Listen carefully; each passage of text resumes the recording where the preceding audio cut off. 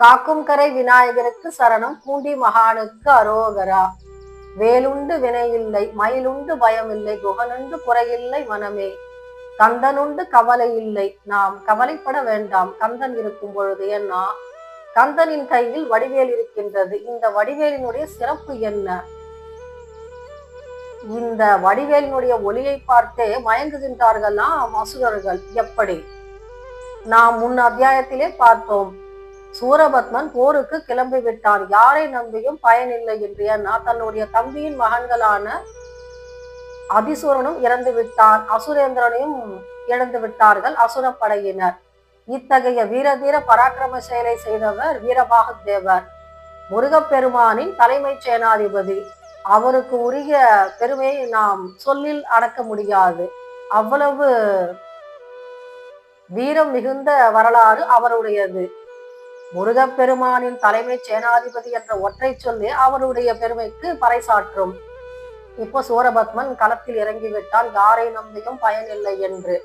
எவ்வளவு கோபம் இருக்கும் பாருங்கள். ஏன்னா தம்பியின் மகன்களும் இறந்து விட்டார்கள். பானுகோபன் கிளம்பி போனான், நான் பிடித்து வருகின்றேன் ஒரு நாழிகை போதில் வீரபாகதேவரை என்று சொல்லி கிளம்பி வெறும் கையோடு வந்து விட்டான். இவ்வளவு பெரிய இழப்பு அசுரர்களுக்கு. இனிமேலும் பொறுத்து கொண்டிருப்பது பயனில்லை என்று அவன் வந்து விட்டான். அசுர படைகளுக்கு பலமும் தெம்பும் புத்துணர்வும் வந்து விட்டது. ஏன்னா தலைவர் வந்து விட்டார் அல்லவா, அசுரர்களின் தலைவன். அவன்தானே ராஜா, இப்பொழுது சக்கரவர்த்தி அல்லவா அவன் இப்பொழுது. அதனால எல்லா படைகளும் இப்பொழுது ஆரவாரத்துடன் ஆர்ப்பரிப்போடு கிளம்பி விட்டன சூரனின் பின்னே. ஆனா சூரன் எடுத்த உடனே முருகப்பெருமானை சந்திக்கவில்லை. அதற்கு முன்னே முருகப்பெருமானின் சேனாதிபதி வீரபாகதேவரை சந்திக்கின்றான். வீரபாகுவுக்கு ஆச்சரியம் தாங்க முடியவில்லை. ஏன்னா இப்பொழுதுதான் 2 பேரை அவர் கொன்றிருக்கின்றார், அசுரேந்திரனையும் அதிசூரனையும். இப்பொழுது சூரபத்மன் வந்து விட்டான், அவனோடு போர் புரிகின்றான். இதுல ஒரு விசேஷம் என்னன்னா, சூரபத்மனுடைய கையில ஒரு வில் இருக்கான். அது ரத்னகாளி என்ற சக்தி கொடுத்த ஆயுதம். சக்தியினுடைய வேர்வை துளியில் இருந்து பெறப்பட்ட அஸ்திரங்கள் அவை.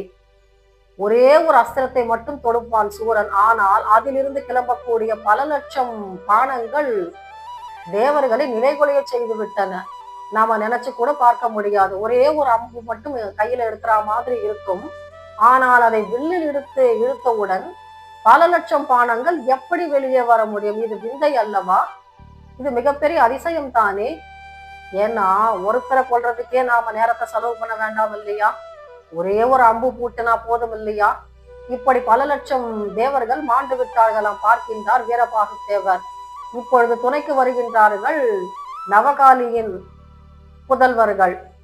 சிவபெருமானுக்கும் நவகாலிக்கும் பிறந்த 9 பிள்ளைகள். வீரபாகதேவர், வீர மார்த்தாண்டன், வீர மகேஸ்வரன், வீர வைரவன், வீரகேசரி, வீரதீரன், இப்படி 9 பேர் களத்தில் இறங்கி விட்டார்கள்.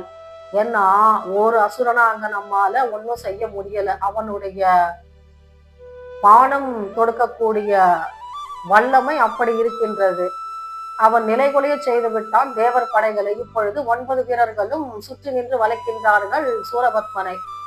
வீரபாகதேவர் பார்க்கிறாரு, நாம பானத்தால் அடிச்சா என்ன, சூரபத்மனுடைய உடம்பையெல்லாம் ரணமாக்கனா என்ன அப்படின்ற ஒரு எண்ணம் அவருக்கு. அவ்வளவு ஆவேசம். ஏன்னா ஒரே ஒரு அம்பு தொடுத்து பல லட்சம் வீரர்கள் மடிவதை பார்த்தவுடன் அவருக்கு கோபம் வந்து விட்டது. சரி, நாம அஸ்திரங்களால அடிக்கலாம் அப்படின்னு அடிச்சாக்கா என்ன விசேஷம்னா, நாம முன்பே பார்த்திருக்கின்றோம் கந்த புராணத்திலே, இவன் 10,000 வருடங்கள் தவமிருந்து சிவபெருமான் வரவில்லை என்று தன்னுடைய தலையை வெட்டி யாக குண்டத்திலே போட்டவன்.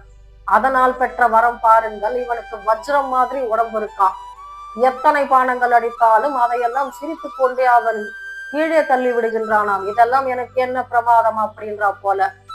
சரி, சாதாரண அஸ்திரங்களால அடிக்க முடியல, யம அஸ்திரத்தால அடிக்கிறாரு. அதையும் அவன் என்ன பண்றான், கிள்ளி கீழே தூக்கி போட்டுடுறான் சூரபத்மன். சூரிய அஸ்திரம் விட்டு பார்க்கிறாரு, அது அப்படியே ஒளியை கட்டி கொண்டு வருகின்றது, அனலை அப்படியே உமிழ்ந்து கொண்டு. அதிலேயும் ஒன்றும் செய்ய முடியவில்லை சூரபத்மனை. அடுத்தது நாராயண அஸ்திரம், அதையும் எய்து பார்க்கின்றார். ஆனால் சிவபெருமானிடம் பெற்ற வரத்தால் நாராயண அஸ்திரம் அவனை ஒன்றும் செய்ய முடியவில்லை. எல்லாவற்றையும் சோதித்து பார்த்தாகிவிட்டது. இப்பொழுது கையில் இருப்பது பாசுபதாஸ்திரம். பாசுபதாஸ்திரம் சிவனுடைய படைக்கலம். இதை பெற்றிருந்தார் வீரபாகு தேவர். அவர் என்ன பண்றாரு, சரி இதற்கு மேலும் நாம் தாமதித்துக் கொண்டிருப்பது வீண் வேலை, விட்டா இவன் எல்லா படையும் அழிச்சிடுவான் அப்படின்ற ஒரு முடிவுக்கு வந்துட்டாரு. பாசுபதாஸ்திரத்தை கையில எடுத்து அவர் வில்லுல தொடுத்து விடுறாராம். ஆனா இதுல என்ன விசேஷம்னா, இந்த பாசுபதாஸ்திரத்துக்கு பின்னாடி பல நாகங்கள் விஷத்தை கக்கி கொண்டு அக்னி ஜுவாலை கக்கி கொண்டு வெளியே வருமாம். இதனால புகை சூழ்ந்து விடும், அந்த இடமே தீப்பிடித்து எரியும். இப்படி விட்ட உடனே இவனும் சும்மா இல்லை, இவனும் வச்சுக்கிட்டு இருப்பான் இல்லையா சிவன் கிட்ட இருந்து வாங்கின பாசுபதாஸ்திரத்தை. இப்ப 2 அஸ்திரங்களும் ஒன்றை ஒன்று சந்திக்கின்றன. ரெண்டுத்துக்கும் வலிமை அதிகமா இருக்கிறதுனால என்ன நடந்தது, இரண்டும் தங்களுடைய படை வீரர்களிடமே சென்று சேர்ந்து விட்டது. யார் எய்தார்களோ அவர்களிடமே போய் சேர்ந்து விட்டது. ஆனால் அந்த பாசுபதாஸ்திரம் விளைவித்த சேதம் என்னன்னா, விஷ ஜுவாலைகளை கக்கி கொண்டிருந்ததாம். இதனால என்ன ஆச்சுது, வீரபாகு தேவர் மயக்கம் அடைந்து விட்டாராம். இப்ப என்ன பண்றதுன்னு தெரியல. ஏன்னா தேவர் படை கொஞ்சம் அசந்து விட்டதுன்னு தான் சொல்லணும். தலைமை சேனாதிபதியான வீரபாகு தேவர் இப்படி மயக்கம் அடைந்து விழுந்தவுடன் சூரபத்மன் பாருங்க ஒரு தந்திரம் செய்யறான், ஒரு சூழ்ச்சி செய்யறான். என்னன்னா, வீரபாகு தேவரையும் மற்ற தேவர்களையும் மயங்கி விழுந்தார்கள் அல்லவா, அவர்களை எல்லாம் கொண்டு போய் கடலில் தள்ளி விடுகின்றானாம். என்ன ஒரு கெட்ட எண்ணம் பாருங்கள். ஏன்னா மயங்கி கிடந்த தேவர்களை நாம் கடலுக்குள் சென்று வீசினால் அங்கே நீரை அவர்கள் குடித்து விட்டு இறந்து விடுவார்கள் அல்லவா. இப்படிப்பட்ட தீய எண்ணம் அவனுக்கு. அனைவரையும் தூக்கி கடலிலே வீசி விட்டானாம் சூரபத்மன். இப்பொழுது கொக்கரிக்கின்றானாம். வந்தீர்கள் அல்லவா, வென்றீர்களா, என்ன செய்து விட முடிந்தது உங்களால்? ஒரு சிறுவனின் பேச்சை கேட்டுக்கொண்டு நீங்கள் வந்தீர்கள் அல்லவா. அடே வீரபாகு, உன்னை அப்பொழுதே நான் எச்சரித்தேன் அல்லவா. எனக்கு தூதனாக நீ முருகனிடம் சென்று சரணடைய சொல் என்று சொன்னேன் அல்லவா. ஆனால் நீ சொல்லவில்லை, இப்பொழுது வீணாக உயிரை விட்டு விட்டாய் அல்லவா என்று கொக்கரிக்கின்றானாம். இதை பார்த்து கொண்டிருந்தவுடன் சிவபெருமானின் மைந்தனாகிய முருகப்பெருமானுக்கு கோபம் வந்து விட்டது. எத்தனை தைரியம் இவனுக்கு, என்னுடைய தலைமை சேனாதிபதி நீ வீழ்த்தி விட்டாயா என்று அவரும் கிளம்புகின்றாராம் வடிவேலின் துணை கொண்டு. அவர் என்ன பண்றார் பாருங்க, கோபாவேசமாக முருகப்பெருமான் வடிவேலை கொண்டு வந்து அந்த கடலிலே எரிகின்றாராம். அப்பொழுது கடலரசன் நடுங்குகின்றானா. ஏன்னா வடிவேலனுடைய அந்த படைக்கலம் பட்டவுடன் அவனுடைய கடல் நீர் வற்றி விட்டது. உள்ளே இருந்த வீரபாகு தேவர் உள்ளிட்ட அத்தனை வீரர்களும் வெளியே வந்து விட்டார்கள். முருகப்பெருமானின் கருணையால் அவர்களுக்கு மறுபடியும் பலம் வந்து விட்டது, தெம்பு வந்து விட்டது. இப்போது கடலரசன் காலில் விழுந்து வணங்குகின்றானா முருகப்பெருமானுடைய காலடியிலே. சுவாமி, தாங்கள் கட்டளையிட்டால் போதும் அல்லவா, நான் படிந்து விடுவேனே, எதற்காக இப்படி வடிவேலை எரிகின்றீர்கள் ஐயா? சுவாமி, தாங்கள் அதை திரும்ப பெற்றுக் கொள்ளுங்கள் என்று காலில் விழுந்து கெஞ்சுகின்றானாம். முருகப்பெருமான் பார்க்கின்றார். இப்பொழுது அவருடைய வேலை எப்படி இருக்கின்றது, சூரபத்மனை வெல்ல வேண்டும். பல அஸ்திரங்களை தொடுத்து விடுகின்றான் சூரபத்மன். அவனுக்கு சொல்லனாத கோபம். என் தம்பியின் மகன்களை வதம் செய்ய அனுப்பிவிட்டாய் அல்லவா வீரபாகு தேவரை, உன்னை இப்பொழுதே கொள்கின்றேன் பார். அடே சிறுவனை, உன்னை என்ன செய்கின்றேன் பார் என்று கோபாவேசமாக போரிடுகின்றானாம் சூரபத்மன். யாருக்காக காத்து கொண்டு நின்றானோ அந்த வடிவேலன் இப்பொழுது காட்சி கொடுக்கின்றார் சூரபத்மனின் கண் முன்னாடியே. நாம நினைக்கலாம், காண கிடைக்காத வரவல்லவா வடிவேலனை பார்ப்பதற்கு, அவனை காண்பதற்கு எத்தனை தபஸ்விகள் எத்தனை தவம் மேற்கொள்கின்றார்கள், நம் கண்முன்னே காட்சி கொண்டு விடுவாரா, நமக்கு தரிசனம் கொடுப்பாரா என்று. ஆனால் அப்படிப்பட்ட கருணை கடலான முருகப்பெருமான் இப்பொழுது சூரபத்மன் எதிரிலே வந்து நிற்கின்றார், போர் செய்கின்றார். முருகப்பெருமான் பார்க்கிறாரு. படைக்கல கருவிகளை வைத்துக் கொண்டுதானே இவ்வளவு ஆட்டம் ஆடுகின்றாய் என்று சொல்லி என்ன பண்றாரு, அவனுடைய படைக்கல கருவிகளை எல்லாம் பானம் தொடுத்து அடிக்கின்றாராம். அத்தனையும் வீழ்ந்து விட்டன சூரபத்மனின் கையில் இருந்த படைக்கல கருவிகள். அவனுடைய வெண்கொற்ற குறையை ஒரு பானத்தினால் வீழ்த்தி விடுகின்றார். அவனுடைய கிரீடத்தையும் அடித்து வீழ்த்தி விடுகின்றாராம். இப்பொழுது அவன் தன்னந்தனியாளாக நிற்கின்றான். கையிலே அவனுக்கு ஆயுதம் கிடையாது. நாம நினைக்கலாம், இப்பொழுது அவனை கொன்றிருக்கலாம் அல்லவா சூரபத்மனை, ஏன் விட்டு விட்டு வந்தார் என்ற ஒரு கேள்வி நம்முள் எழும்பும். இதே கேள்வியை தேவர்களும் எழுப்புகின்றார்களாம். எப்படி? சூரபத்மன் பார்க்கின்றான். அவனுக்கு வெட்கம் பிடுங்கி தின்கின்றது. ஏன்னா யாரை பொடியன் சிறுவன் என்று நாம் கேலி பேசினோமோ அவன் நம்மளை என்ன பண்றான், கொன்று விட்டிருந்தால் கூட பரவாயில்லையே, வீரமரணம் எய்தி விடலாம் அல்லவா, அற்புதமாக செத்து விடலாம் அல்லவா. ஆனால் கேவலம் ஒரு சிறுவனிடம் போய் நான் தோற்றுவிட்டேனே, அவன் என்னை தன்னந்தனியனாக்கி இப்படி நிராயுதபாரியாக செய்து விட்டான் அல்லவா. எவ்வளவு வெட்கம், எவ்வளவு அவமானம் என்று நினைத்துக் கொண்டு அவன் ஓடிவிட்டானாம் தன்னுடைய வீரமகேந்திர பட்டணத்திற்குள்ளே. அவனுக்கு கோபாவேசம் தனியவில்லை. அப்பொழுது பானுகோபனும் அவனுடைய மனைவி பதுமகோபனையும் வருகிறார்கள். அப்போ ஹிரண்யன் சொல்றானாம், சூரபத்மனுடைய பிள்ளை, அப்பா நான் அப்பொழுதே சொன்னேன் அல்லவா, வடிவேலனை வெல்ல முடியாது, அவர் சிவனின் மைந்தன், உமையின் பிள்ளை, அவனை நாம் வெல்ல முடியாது, வேண்டுமானால் அவனை நாம் வணங்கலாம், அவன் நமக்கு வரம் கொடுப்பான் என்று சொன்னால் கேட்காமல் இப்படி கிளம்பி போனீர்கள் அல்லவா, என்ன மிஞ்சியது, அவமானம் தானே மிஞ்சியது என்று சொல்லும் பொழுது இவனுக்கா கோபம் வந்து விட்டது.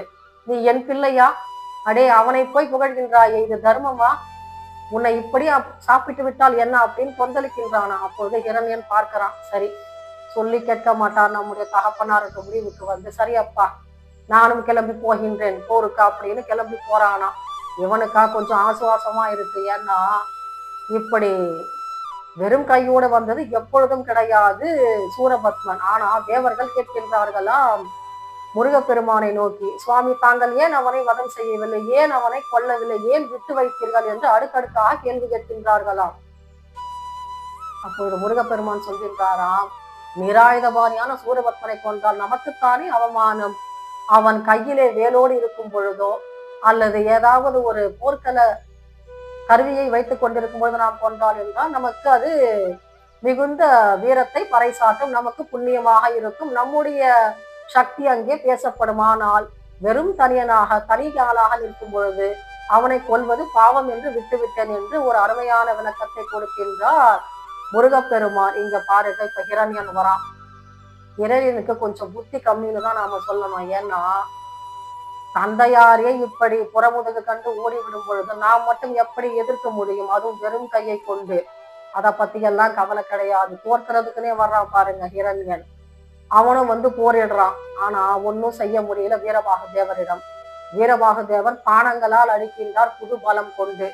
அவன் என்ன பண்றான், இந்த சிவபெருமானுடைய மைந்தனிடமும் வீரபாக தேவரிடமும் எதிர்கொள்ள முடியாமல் ஒரு மீனாக மாறி கடலுக்குள் சென்று மறைந்து விட்டானாம். எவ்வளவு பெரிய அவமானம் பாருங்கள் மறுபடியும் சூரபத்மனுக்கு. இந்த செய்தியை கொண்டு வந்து சொல்கின்றார்கள் சூரபத்மனின் கோட்டைக்குள்ளே அவனுடைய ஒற்றர்கள். இப்பொழுது பானுகோபன் சொல்றானா, தந்தையை தாங்கள் கட்டளையிடுங்கள், முருகப்பெருமானை நான் வெல்கின்றேன் என்று சொல்லும் பொழுது ரொம்ப கோபம் வந்து விட்டது சூரபத்மனுக்கு. அடே முதலில் கொல்வது இருக்கட்டும், முதலிலே அந்த வீரபாக தேவர் இருக்கின்றான் அல்லவா, அவன்தானே வடிவேலனுடைய வலது கையாக திகழ்கின்றான், அவனை கட்டி இழுத்து வாடா, அப்புறம் பார்க்கலாம் பேசிக் கொள்வதற்கு அப்படின்னு சொல்லிவிட்டானாம். இப்ப பாருங்க, பானுகோபனுக்கு ஒரு நல்ல புத்தி வந்தது. என்னன்னா, வெறும் கையாக போனால் மறுபடியும் மாட்டிக்கொள்வோம் அல்லவா வீரபாக தேவரிடம். அதனால என்ன பண்றான் பாருங்க, தன்னுடைய பாட்டியான மாயையை கூப்பிடுகின்றானாம்.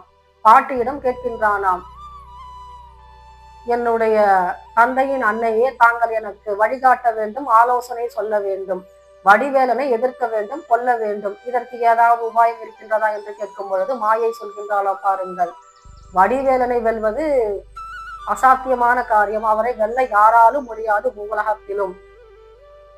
ஆனால் வீரர்கள் சோர்வு காட்டக்கூடாது போரிலே, வேண்டுமானால் நான் மோகனாஸ்திரம் கொடுக்கின்றேன், அதை வைத்து வீரபாக தேவரை கட்டிவிடு, இந்த மோகனாஸ்திரத்துக்கு அவர் மயங்கி விடுவார் அப்படின்னு ஒரு உபாயத்தை சொல்கின்றாளாம்.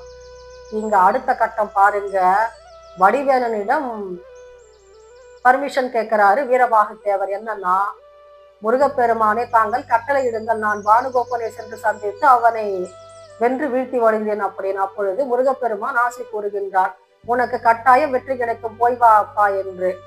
இப்போ ரெண்டு பேரும் சந்திக்கிறாங்க. யாருன்னா, பானுகோபனும் வீரபாக தேவரும். இவன் பார்க்கிறான், வீரபாக தேவருடைய வலிமைக்கு முன்னாடி நிற்க முடியல. பல பானங்களை தொடுத்து பார்க்கின்றான், பல ஆயுதங்களை பிரயோகித்து பார்க்கின்றான், ஒன்றினாலும் வீரபாக தேவரை கட்டுப்படுத்த முடியவில்லை. வானிலே மறைந்து விடுகின்றான் மாயத்தினாலே. ஏன்னா அவங்க எல்லாம் மாயத்துக்கு பிறந்தவங்க இல்லையா, அதனால இப்போ மறைந்து நின்று விடுகின்றான். வீரபாக தேவர் பார்க்கின்றார், எங்கே தேடியும் காணவில்லை அல்லவா வானத்திலே. அப்பொழுது அவன் என்ன பண்றான் பாருங்க, மறைந்திருந்து மோகனாஸ்திரத்தை அடிக்கின்றானாம். அதனால் வீரபாக தேவர் கட்டுண்டு விடுகின்றார். இப்பொழுது தேவர் படைகள் எல்லாம் கொஞ்சம் கவலை அடைந்து விடுகின்றன. ஏன்னா வீரபாக தேவர் இப்படி மயக்கமடைந்து விட்டார் அல்லவா, அடுத்து என்ன நிகழுமோ என்ற கவலை அவர்களுக்கு. இப்பொழுது என்ன நடந்தது என்பதை பற்றி நாம் அடுத்த அத்தியாயத்திலே பார்க்கலாம். அதுவரை நாம் கந்தனை சிந்தனை செய்து கொண்டிருப்போம். வெற்றிவேல் வீரவேல் என்று நாம் கந்தனுடைய மந்திரத்தை சொல்லிக் கொண்டிருப்போம். மீண்டும் சந்திப்போம் அடுத்த அத்தியாயத்திலே. காக்கும் கரை விநாயகருக்கு சரணம், பூண்டி மகானுக்கு அரோகரா.